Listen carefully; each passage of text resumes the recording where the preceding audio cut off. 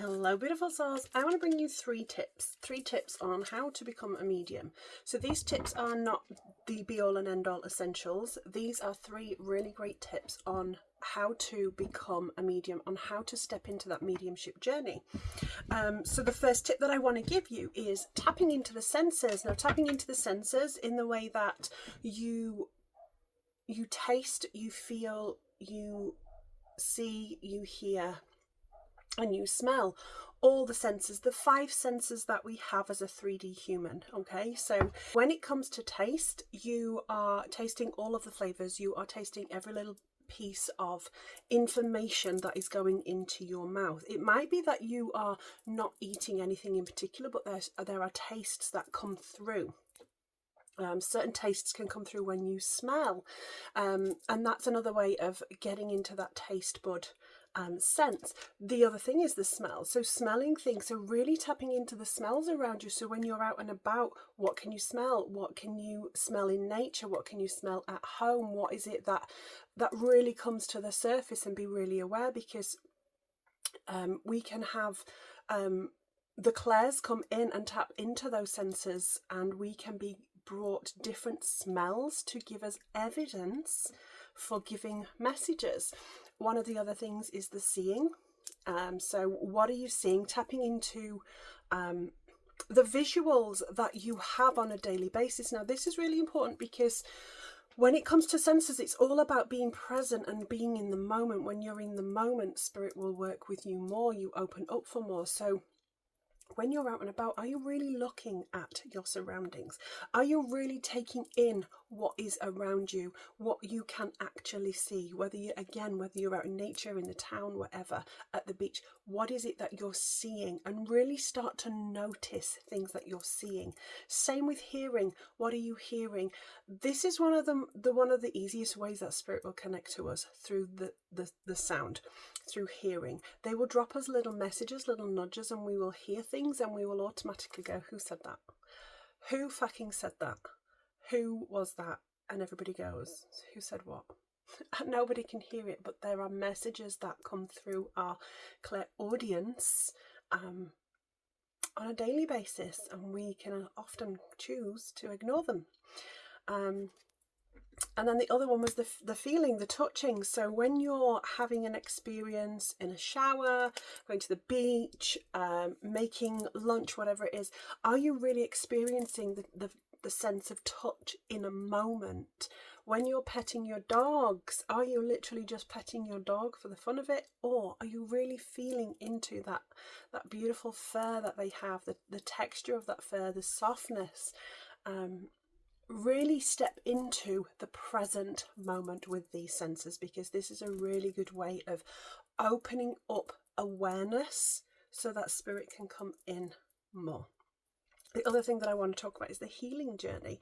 Now, as mediums, as channels, as psychics, whatever you want to call it, whatever you want to label yourself, the healing journey is really fucking important, and I can't stress this enough. So as spiritual souls, we have to be able to come in for the greater good. Now the greater good is the spirit world. This what spirit want us to provide for others is this service of allowing them a space and a safety net to feel into their own awakening, to step into their own higher self and higher consciousness. And we have those beautiful gifts coming to us to be able to bring that for others. But we are more open and receptive to, again, spirit messages and that channel coming in if we are a more healed version of ourselves. Now, when I talk about the healing journey, I'm talking about the traumas, the conditions, the past conditioning, the experiences, the negative energies, etc., that we may have had in our past, in our childhood.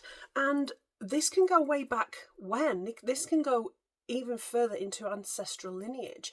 But first of all, we got to get used to ourselves and bringing that self-awareness for us, and really heal the parts of us that we are more aware of right now. So childhood, so if there's any traumas or conditions around childhood, we get to step into that healing journey through soul meditations and journaling and shifting around that energy to be able to bring it to the surface to then heal it and heal it for good.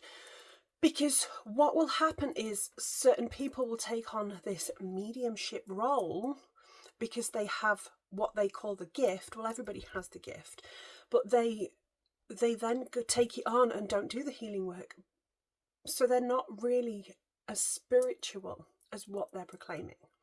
Because a spiritual soul will walk in the path of love. A spiritual soul will respond to triggers in a beautiful way for themselves instead of reacting and being triggered by things coming in from other people that have then triggered an emotion or an awareness of a past trauma or condition.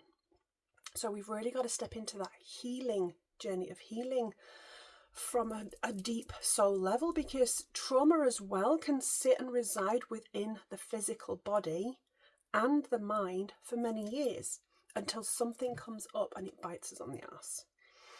And these triggers come in, and it's how we respond to this. So if we're responding, it's a good thing. The response is the positive. If we're reacting and we get triggered by these triggers, there's work to do. And it's also known as shadow work, because it's all about the shadow self, the darker side of our energy system, of our emotional system, of our physical system, our mental system, and our spiritual system. So healing those triggers, healing those old wounds, those past wounds, will definitely serve you going forward on this spiritual mediumship journey. And the last thing I want to bring to you is the piece of trust. So trusting. And this can be one of the most difficult ones that we can tend to fight against because of our ego mind. Our ego mind comes in and takes us on another journey elsewhere. But the trust has to be built. And the first thing that you have to build trust in is yourself. You have to be able to trust yourself. Trust your judgment, trust your gut, trust your instincts, and trust that you're doing the work that you're doing for the right reasons. There's no way that if you're coming into a mediumship journey for money, you're not going to be serving the greater good. You're going to be serving your ego mind. So if you're wanting to take this mediumship journey, it's better that you come in from this place of service and you're wanting to connect the greater good on a bigger level, on a collective level. So it's really important to trust yourself first.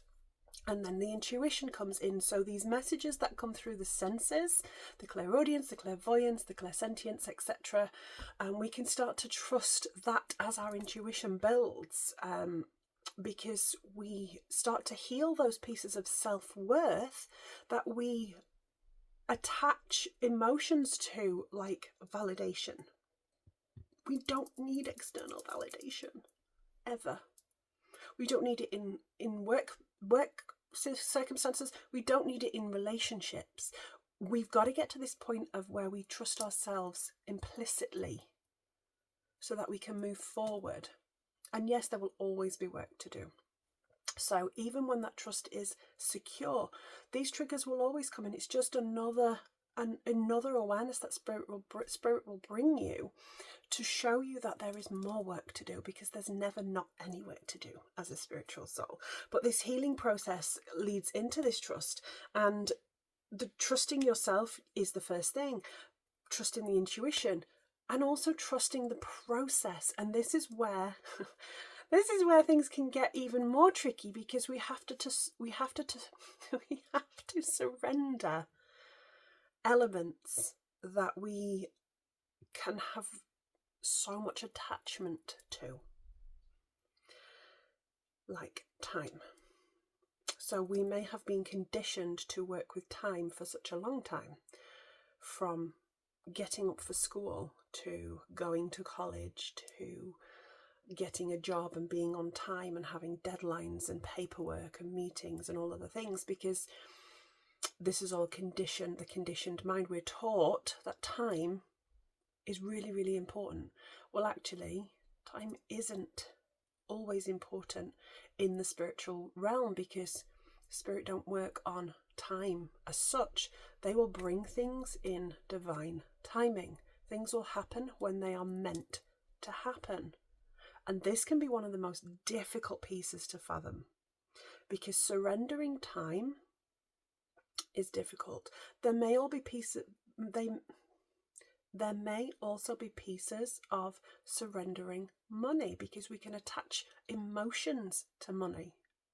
So there's always something to work on, always, because of all of these conditions, all of this trauma, and all of these ancestral lineage conditioning pieces as well. So these are my 3 top tips to step into if you want to start that mediumship journey. If you have any questions, comment below, ask away. I'm quite open. And that's another piece, which is a beautiful piece, is the more you do, the more open you become. The more you trust, the more open you become. The more you heal, the more open you become. The more you tap into senses, the more open you become. And open as in open for spirit to come in, and open to receive those beautiful messages and all of the other things around that.